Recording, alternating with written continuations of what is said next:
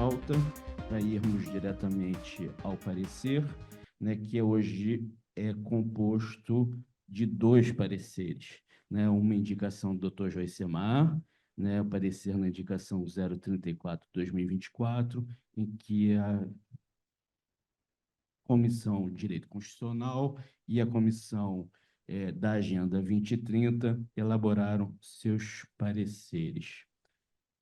E, em seguida, a gente vai para a indicação. Só para colocar aqui, cada parecerista terá 10 minutos para sustentação e a indicação 3 minutos. Tá? Peço a todos que obedeçam o tempo regulamentar para que a gente possa ter uma boa sessão nesta noite. Obrigado. Obrigada, doutor Bernardo. Antes de chamar o parecer, eu vou registrar a presença dos nossos diretores aqui no plenário físico, doutor Joicemar Tejo, doutor Antônio Cias, doutora Mauri Marques, doutora Raquel Rangel, doutor Paulo Castro, doutora Adilson Pires, doutor Luiz Henrique, doutora Flora, e registro também a presença do nosso ex-presidente da OAB, doutor Oscar Argolo. No plenário virtual, temos os diretores, doutor Paulo Joel Bender, a nossa segunda vice-presidente, minha queridíssima amiga Ana Amélia Mena Barreto, a doutora Ludmila, e temos também a presença de associados no nosso plenário virtual e aqui no físico também, que depois eu vou passar a anunciar. Não esqueci de vocês, tá, Margarida Pressburger?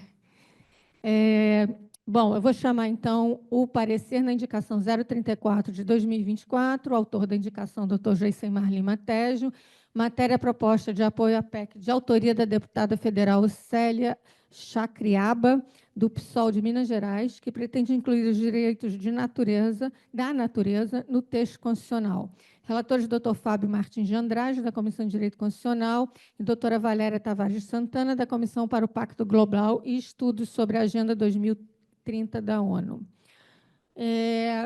Quem vai apresentar primeiro, doutor Fábio?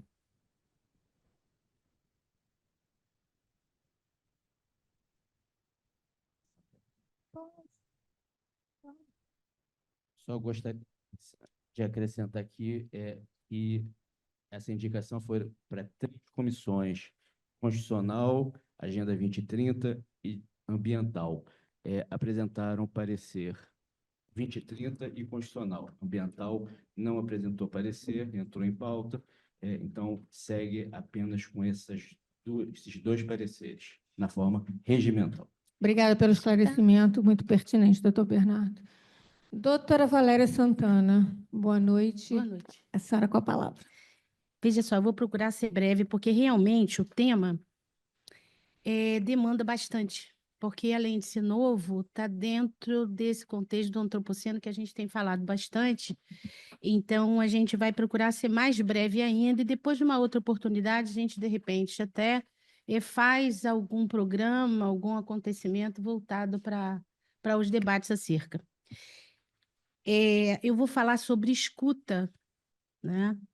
E a gente deu um nome ao parecer, ele tem um prefácio, e ele chama O Direito da Natureza e o Antropoceno. E, a partir disso, a gente está considerando a introdução ao direito micelial. É difícil a gente conseguir cumprir em 10 minutos, mas vamos lá. Na realidade, aqui no meu lugar deveria estar Maria Bethânia, cantando Estrela do Mar. Estrela do Mar é uma música da década de 50 e primeira vez gravada pela Dalva de Oliveira. E, visto isso, o trechinho que a gente destaca é o seguinte: um pequenino grão de areia, olhando o céu, viu uma estrela. Imaginou coisas de amor. Passaram anos, muitos anos. Ela no céu, ele no mar. Ninguém sabe até hoje o que aconteceu. O certo é que depois, muito depois, apareceu a Estrela do Mar. A autoria é Marino Pinto, Paulo Soledade, Dalva de Oliveira, como eu falei. E aí a gente tem aqui um prefácio, ao parecer, que diz muito, e talvez até por conta da própria música, facilite a compreensão do que a gente vai falar depois nas 40 e poucas páginas, enfim. No intervalo entre o grão e a estrela, pulsa uma sabedoria antiga que não se reduz ao código, nem se encerra na razão. A canção Estrela do Mar é aqui invocada não como ilustração, mas como metáfora viva de um reencontro possível entre o infinitamente pequeno e o infinitamente distante, entre o corpo sensível da Terra e o céu da abstração normativa. O grão e a estrela são arquétipos de um amor que resiste ao tempo, à linguagem, à separação. Um amor que, apesar do silêncio e da distância, produz a aparição, a estrela do mar. Essa aparição não é apenas biológica ou potencial, ela é também jurídica, se entendermos o direito como campo de mediação entre mundos, como potência de emergência de vínculos, como possibilidade de escuta daquilo que antes permanecia sem ouvidos. Nesse sentido, a metáfora torna-se chave para adentrar o debate sobre os direitos da natureza, não como mera extensão de direitos humanos ou ficção legislativa, mas como reconfiguração radical da escuta e do sensível no próprio conceito de justiça. No antropoceno, onde o colapso ecológico se entrelaça com o colapso institucional, é preciso escutar o que a Terra já diz e não mais apenas falar em nome da Terra. Essa escuta não pode ser codificada nos moldes de um direito centrado no sujeito proprietário, nem tampouco na soberania antropocênica ou na forma Estado. É nesse ponto que emerge a proposta do direito micelial. Inspirado nos micélios, especificamente, nos micélios fúngicos, estruturas subterrâneas e interconectadas que sustentam a vida dos ecossistemas, o direito micelial propõe uma nova imaginação jurídica, relacional, rizomática, sensível às interdependências, às invisibilidades e, principalmente, às redes silenciosas que sustentam o nosso mundo. Ele desloca o foco da norma para a vibração, do comando para a escuta, da centralidade para o entrelaçamento. Tal como os micélios não são vistos, mas são base de toda a floresta, esse direito não visa visibilidade institucional imediata, mas sim a regeneração de vínculos e sustentação do comum. Entre o colapso da função de onda da mecânica quântica e o silêncio como campo vibratório de sentido, instala-se o espaço de uma nova escuta, aquela que não apenas antecede o direito, mas o reinventa desde o fundo da terra. Escutar a natureza através do homem ancestral é reconhecer que o justo não nasce da técnica, mas da afinação com os ritmos da vida. Este parecer parte, portanto, desse chão micelial e não de um pedestal institucional, para pensar a inclusão dos direitos da natureza na Constituição, não como concessão do humano à Terra, mas como retorno do humano à sua condição terrestre, e por assim dizer, humano à Terra. É tempo de reescrever um fim, escrever um direito que brote do humus e da escuta. Entre o grão e a estrela, nasce, portanto, o futuro jurídico do planeta. Nesse sentido, e passado o preâmbulo, eu acho melhor a gente já ir pulando o momento atual perfeitamente. Não sei se vai ser falado depois, mas isso é importante a gente estar trazendo aqui. Não sei quantos estão acompanhando a questão, mas, na realidade, a gente ainda não tem formalmente uma proposta de emenda constitucional. Existe uma iniciativa da deputada, conforme a doutora Adriana falou. Nesse sentido, foi feita uma audiência pública em meados do ano passado e está em processo, a coisa está em processo e muito bom que tenha sido assim, dessa forma, que a gente tenha sido chamado a participar, digamos, sobre nesse momento, porque dá para a gente fazer uma visão 360 graus e levar em consideração outros lugares, né? Não só de escuta, mas e por ser de escuta de fala também. Então, estamos aí, parece que com aproximadamente 40% do que precisaria de apoio para o start da proposta. E aí, dentro desse contexto, qual é o movimento nosso, né? Além de estar usando o direito micelial como base, o que movimentou o parecer foi a seguinte pergunta, quer dizer, levando em consideração as questões relacionadas ao antropoceno no momento que a gente está vivendo, né? Enfim, onde a gente não tem dúvida sobre a evidência do esgotamento do pacto moderno entre a humanidade e a natureza, e marcado pela perda de eficácia normativa, judicialização excessiva e enfraquecimento até do próprio legislativo, antes de propor novos direitos, é preciso a gente reconhecer a crise do próprio sistema jurídico-político, porque sem isso realmente a gente não vai avançar. E, a partir disso, a pergunta que se faz é: e como fazer? E como fazer para que isso, né, não se transforme numa letra morta, ou uma letra natimorta, ou um placebo, ou vamos inaugurar, talvez, o greenwashing jurídico. Porque, para que se tome essa iniciativa, a gente precisa verdadeiramente ter envergadura para isso. Precisa não só de muita discussão, mas muita escuta e vontade de mudar alguma coisa, percebe? Então, isso, na realidade, é só uma adequação, porque muita gente não sabe, isso também a gente levou em consideração.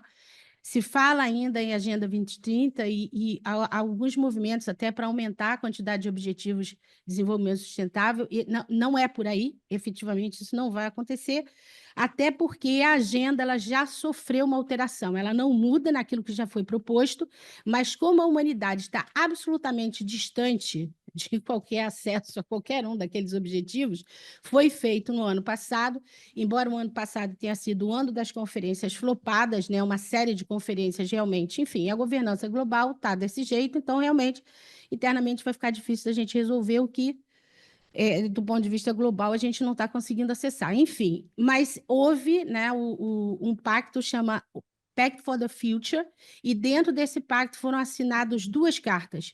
Uma, inclusive, é a primeira carta que está sendo assinada em relação à questão digital, que é muito importante. Então, assim, é o que a gente também leva em consideração no parecer. Assim, é tempo, né, desses que participam desse mundo das normas, do mundo jurídico, é tempo de abrir essa visão, porque enquanto a gente está discutindo a natureza, a gente não pode perder de vista o que está acontecendo lá. Então, para vocês terem ideia, só volta aquela lá, eu já vou terminar. Quanto tempo, gente? Já 8 minutos. Não é isso? Volta lá naquela outra figura, por favor. 9 minutos. Então, aquilo é muito importante, porque aquilo ali é muito importante para ficar sabendo. Ali vocês conseguem reparar que existe ali os grãos no meio. Está vendo ali os grãos? Ali por dentro é um micélio fúngico. As crianças aqui do lado de cá. Então, imaginem vocês que a origem da Agenda 2030, ela veio para revisar os Objetivos de Desenvolvimento do Milênio, que foram do início do milênio. E o que se verificou 10 anos depois é que aquilo que tinha sido previsto tinha alguns daqueles objetivos, o 4, por exemplo, que é o empoderamento de meninas e mulheres, que não só a humanidade não tinha avançado, como tinha recuado. Perfeitamente. Então, o que se fez? Se estudou durante 5 anos e em 2015 estava sendo lançada a Agenda 2030. Então, a Agenda 2030 ela veio com um principal objetivo, não é à toa que é o ODS número 1, e o ODS número 2 é o que? A fome. E o primeiro era o objetivo principal, transformando o nosso mundo, não deixando ninguém para trás e erradicar a pobreza. Hoje, em 2024, ou seja, menos de 10 anos depois, há 2024, quer dizer, hoje já é 2025, há 6 anos exatamente de fechar o ciclo 2030, a primeira preocupação do Pact for the Future é paz e segurança. Depois da paz e segurança, vem Dentro da paz e segurança, até sugiro, tem um artigo sobre armas autônomas letais na revista daqui do IAB, assinado pelo Thales Miranda, que era da comissão, inclusive. Paz e segurança, fala-se sobre juventude, sobre as futuras gerações, e simplesmente se retira a questão da fome da discussão. E a inteligência artificial, claro, com certeza. Então, por isso que as figurinhas mostram exatamente isso. As armas entraram em lugar da fome, a inteligência artificial está entrando no lugar das crianças. Então, é desse jeito que vai. Bom, por fim, eu vou logo para o final, já acabei. Aqui não tem, eu acho, porque eu abstraí essa parte. Na realidade, imagina, quer dizer, o parecer ele está muito além de qualquer pretensão de apoiar ou não, imagina, e é um marco a iniciativa da deputada, perfeito, e a ideia é contribuir exatamente com isso, no sentido de que, enfim, precisamos estar atentos, sim, e não transformarmos isso num placebo de marketing político e por aí vai, né? Gratidão a todos.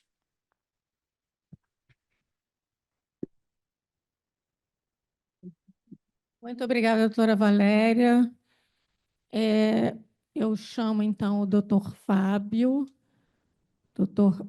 Martins de Andrade, para a sustentação do seu parecer pela Comissão de Direito Constitucional.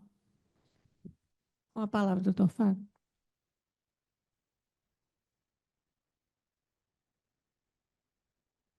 Muito obrigado, presidente. É uma enorme satisfação estar aqui de novo. Lokā samastā sukhinū bhavantu. Que todos os seres, humanos ou não, possam gozar de plena felicidade, abundância, prosperidade. Eu tive como a minha colega que antecedeu já trouxe uma boa contextualização, não vou entrar nesse aspecto para não repetir minimamente nada. Vou dizer um pouco como foi o processo de elaboração desse parecer que eu fiz, que eu dei um passo além da colega. Eu trouxe já uma proposta de PEC. Então, quando eu recebi a indicação, pensei, porra, uma PEC sobre direitos da natureza, sensacional, me interessei muito pelo tema e fui pesquisar. Aí comecei a procurar na Câmara dos Deputados, no site, nas propostas enviadas pelo gabinete da deputada Célia Chacriabá, comecei a procurar nas propostas que foram enviadas ano passado, vasculhei, passei assim, um mês procurando e não achei nada. E aí liguei para o gabinete, falei, olha, me apresentei e pedi informação sobre isso. Depois de um tempo, consegui falar com o assessor responsável, legislativo e tudo, e aí ela me disse, olha, na realidade a gente não apresentou essa PEC, porque não conseguiu a quantidade. Quando eu entrei em contato, tinham 41 de 171 necessárias. E aí consegui que mandassem. Com isso em mãos, eu comecei o parecer. Em princípio, era para analisar o parecer, era para analisar a PEC. O que a PEC diz? E a PEC que era uma proposta de PEC, então, né? Como ainda não foi apresentada. Então, é uma proposta de emenda constitucional. Então, eu analisei e cheguei a uma conclusão. Achei muito interessante a iniciativa da deputada. Como a colega, acho que não podemos nos dar ao luxo de desperdiçar uma iniciativa dessa.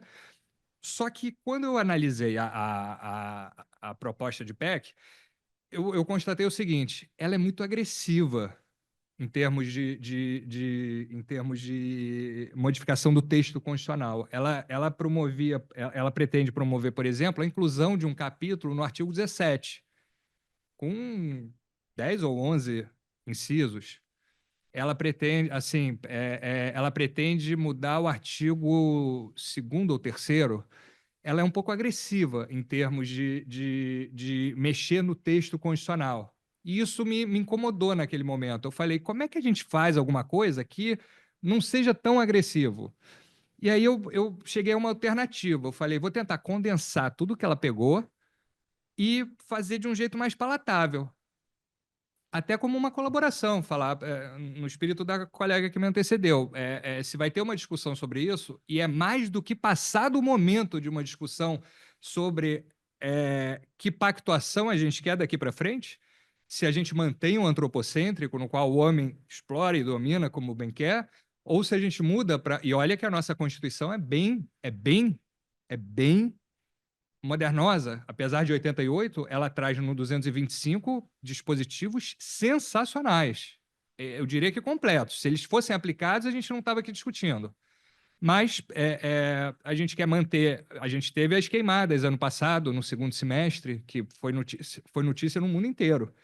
Então, a gente quer manter o sistema antropocêntrico, que é o que a gente está hoje, apesar do avanço da Constituição de 88, ou a gente quer migrar para um sistema, para um modelo biocêntrico, no qual o homem não é esse senhor da natureza, mas é uma figura a mais que se interrelaciona com a natureza. E aí, esse momento de discussão me parece que passou da hora de acontecer. A colega trouxe a contextualização muito bem fundamentada, e a pertinência e atualidade de uma proposta ou de trazer essa discussão aos representantes do povo, ao Congresso Nacional, é mais do que oportuna. Então, para resumir, os dispositivos que eu lipoaspirei do jeito que eu pude para tornar menos agressivo aquelas modificações que a deputada traz na proposta de PEC dela. Estou falando proposta de PEC porque ainda não foi apresentada, de propósito. No artigo 4º, eu inseriria um inciso 11, e aí foi levado à Comissão de Direito Constitucional, algumas sugestões foram feitas, acatei a maior parte delas, já está aqui incorporado nesse parecer. Inclusive, essa ideia de destacar um pouco da deputada e trazer como uma iniciativa própria do EAB surgiu na discussão durante a comissão. Sugiro a inclusão de um inciso no artigo 4º, que fala: a República Federativa do Brasil rege-se nas suas relações internacionais pelos seguintes princípios. Sugiro a inserção do 11. Defesa, promoção e preservação do meio ambiente para as presentes e futuras gerações. No artigo 5º, não estou lendo da deputada, estou lendo a que eu sugeri como uma alternativa para que seja apresentada pelo EAB. E aí, submetido a toda a discussão que a sociedade precisa e deve debater, inclusive junto com a da deputada. Inciso 80, artigo 5º, inciso 80. A natureza é reconhecida como sujeito de direitos e é composta por todos os seres vivos, humanos e não humanos, que nela habitam e que dela dependem para a sua sobrevivência. Artigo 225, caput. Todos os membros da natureza, humanos e não humanos, têm direito ao meio ambiente ecologicamente equilibrado e à manutenção de seus processos ecossistêmicos necessários à qualidade de vida, cabendo ao poder público e à coletividade o dever de defendê-lo, promovê-lo e preservá-lo para as presentes e futuras gerações da comunidade da Terra. Inciso 4º do parágrafo 1º. Inciso 6º, desculpa. Para assegurar a efetividade desse direito, incumbe ao poder público. Inciso 6º. Promover a educação ambiental em todos os níveis de ensino e a conscientização pública para a defesa, preservação, promoção e proteção dos direitos da natureza, com o fortalecimento de políticas públicas que lhes deem eficácia na forma da lei. Parágrafo 4º do artigo 225, e esse é o último. Os biomas Amazônia, Mata Atlântica, Pantanal, Zona Costeira Marinha, Cerrado, Pampa e Caatinga são patrimônio nacional, sujeitos de direitos, e as inter-relações entre os seres que neles habitam, humanos e não humanos, deverão ser regulamentadas por lei, dentro de condições que assegurem a preservação do meio ambiente, a vida em harmonia na natureza e o equilíbrio ecológico, respeitando-se as relações ancestrais dos povos indígenas e demais povos e comunidades tradicionais. Esse artigo aqui, especificamente, é idêntico ao da deputada. Esse dispositivo. Então, na linha do que a colega que me antecedeu trouxe, entendemos também lá na Comissão de Direito Constitucional que o momento é oportuno, esse debate, essa repactuação em torno da consciência do meio ambiente precisa vir à tona.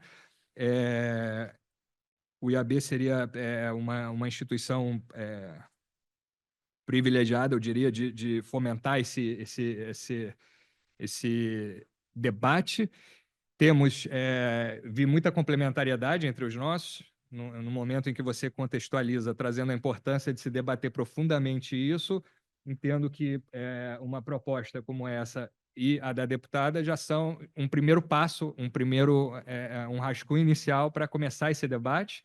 Então, entendo que estamos alinhados quanto à importância e urgência, e caso aprovado aqui pelo plenário, entendo que poderia ser enviado para o Ministério do Meio Ambiente, para as lideranças partidárias do Congresso, eventualmente para os deputados, para os senadores, para que isso seja, se angariar a sensibilização dos congressistas, possivelmente isso venha a ser discutido num futuro próximo, e aí sim com toda o envolvimento necessário da sociedade civil organizada.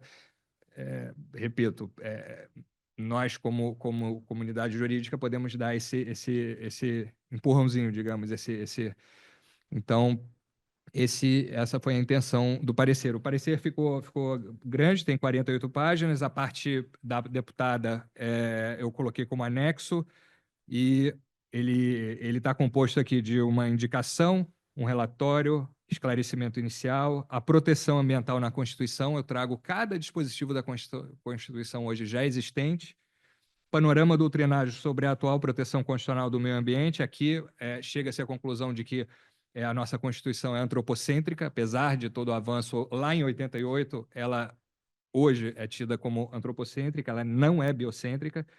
Constitucionalismo ecológico, antropocêntrico ou biocêntrico. Jurisprudência do Supremo Tribunal a respeito de matérias ambientais importantes que já tiveram. Trago para só fixar o ponto de que o Supremo se preocupa com a questão ambiental e tem decidido nos últimos anos com essa preocupação em mente. A proposta de emenda, que é essa que eu li para vocês, uma justificativa singela, e a conclusão. Como anexo, eu trago a transcrição da proposta de emenda, da proposta de PEC da deputada Célia Chacriabá, a transcrição da justificativa e um quadro comparativo da PEC com a atual Constituição. E aí faço alguns comentários também. Então, isso é o que está composto aqui no parecer. Trouxe para vocês o resumo e o mais condensado possível para não extrapolar o tempo concedido. Gratidão. Om Namah Shivaya e boa votação.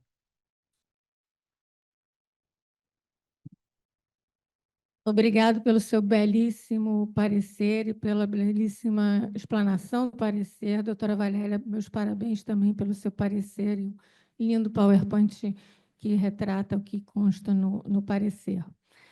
Bom, eu vou primeiro passar aqui para o nosso plenário presencial, para quem quer se manifestar. Doutor Mauri Marques, por favor, à tribuna. Não, se você não vier para cá, a Mauri, o pessoal que está no virtual não consegue.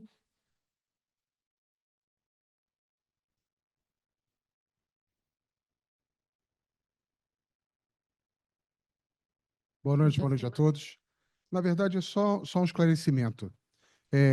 Claro que os pareceres, na minha concepção, ficaram muito bons, abordaram, de fato, toda a matéria, mas eu queria entender melhor a conclusão dos pareceres. Quer dizer, estamos falando de uma PEC, eu queria entender se os pareceres concordam plenamente com a PEC, se não concordam, e se não concordam, por quê?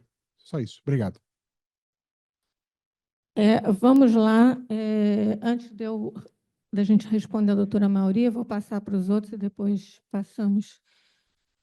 Doutora Argola.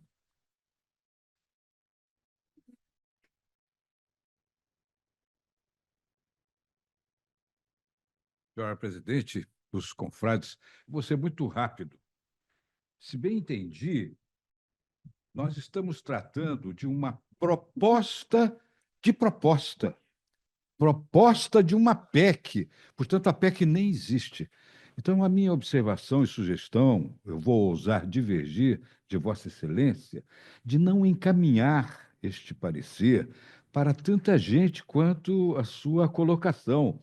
Eu sugiro e proponho que isto seja encaminhado à deputada que está elaborando a proposta. para nós, diante da formalidade de uma real proposta, podermos examinar o que lá estará escrito. Muito obrigado, senhora presidente. Obrigada, doutor Argolo. Perfeita a sua colocação. Quem mais gostaria de se manifestar antes do indicante, que é o doutor Joicemar, se manifesta por último. Alguém na plateia virtual?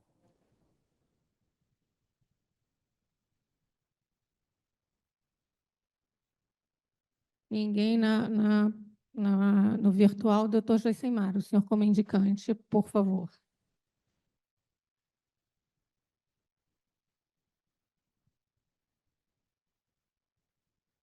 Começando pela autodescrição. Eu sou branco, cabelos escuros, ficando grisalhos, olhos escuros, uso óculos, gravata amarelo claro, com pontinhos azuis, camisa clara e paletó marrom claro. Presidente, eu parabenizo desde já a professora Valéria Santana e o professor Fábio Martins pelos excelentes pareceres. Em especial, porque eu participei a apresentação do parecer do doutor Fábio Martins na Comissão de Direito Constitucional ensejou um debate muito rico, muito profícuo. Ele acatou as sugestões da comissão. À época, eu era secretário da comissão, a gente conseguiu fazer um debate muito, muito interessante. Então, parabenizo os pareceristas. Presidente, direito ambiental é uma coisa, direito da natureza é outra coisa. Eu acho interessante colocarmos esclarecer isso. O direito ambiental, ele é antropocêntrico, ele é voltado para o homem, ele vai regular a atividade humana que vai impactar o meio ambiente. E é por isso que o direito ao meio ambiente saudável é considerado um direito fundamental de terceira dimensão. É um direito que diz respeito ao homem. O direito da natureza parte de outro pressuposto. É enxergar a natureza animada e inanimada como sujeito de direitos. Isso, para nós, parece muito avançado. Temos dificuldade até de apresentar, de conseguir assinaturas mínimas para fazer a PEC. Mas em 2008, presidente, o Equador, em sua Constituição, 2008, já colocou os direitos da natureza em seu texto constitucional. E estamos aqui com essa dificuldade. Então, eu acho uma oportunidade muito boa para trazermos esse debate. Tempos de mudança climática, de aquecimento global, é para ontem. Então, eu acho que nós temos, como disse o professor Argolo, e o professor Fábio também, o IAB ele pode... há dificuldade para coletar assinaturas, talvez a sociedade civil, o parlamento representa a sociedade civil. De repente, essa ideia ainda não esteja amadurecida. Talvez a nossa discussão aqui possa estimular isso, possa incentivar isso, que mais deputados, que mais organismos da sociedade civil possam se interessar pelo assunto, e isso possa efetivamente ser concretizado e ser colocado no texto constitucional. O texto em si, os artigos, as formulações, para mim, são menos importantes do que o conceito. É o conceito de inclusão dos direitos da natureza no texto constitucional. Eu acho que isso é o grande carro-chefe. Como isso será o inciso, o artigo, a redação em si, é algo que posteriormente é debatido. Então, eu parabenizo os pareceristas e eu acho que eles se casam muito. Peço a aprovação dos pareceres. Muito obrigado a todos. Obrigada, doutor Joicemar. Para responder a doutora Mauri, salvo engano, eu vou tentar resumir aqui, doutora Valéria, a sua proposta e o doutor Fábio, da Comissão de Direito Constitucional. A doutora Valéria concorda com a inclusão proposta pela deputada na Constituição. O doutor Fábio vai um pouco além disto. Estou resumindo, bem resumindo. O doutor Fábio concorda com a inclusão, mas apresenta uma proposta um pouco diferente da proposta apresentada pela deputada, e, inclusive, vai bem além da proposta por ela apresentada. E sugere que seja encaminhado não só a deputada, mas também a ministra do Meio Ambiente, as lideranças partidárias e congressistas congressistas integrantes do Senado, da Câmara dos Deputados e o Congresso Nacional, especialmente a própria deputada autora da proposta de PEC, a proposta da proposta, como bem disse o doutor Argolo. O doutor Argolo levantou aqui uma questão de que não se trata de PEC, mas sim de uma proposta à PEC, ou seja, proposta à emenda constitucional, e, portanto, deveria ser encaminhada tão só à deputada, desculpa o nome da deputada, deputada federal Célia Iacriabá. Bom, essas são as propostas aqui apresentadas. Então, eu vou colocar em votação os 2 pareceres e, posteriormente, o encaminhamento. Tá? Então, vamos votar primeiro os pareceres. Quem está de acordo com os 2 pareceres apresentados, por favor, se manifeste aqui no plenário presencial primeiro. Quem estiver contra, por favor, levante a mão. Se todos se mantiveram sentados, eu entendo que todos estão aprovando os 2 pareceres. O plenário virtual, por favor, João, coloque a enquete para votação. Quem tiver contra, por favor, levante a mão. Se não ninguém levantar a mão, eu acolho que o plenário virtual está aprovando os 2 pareceres. Então, os 2 pareceres estão aprovados.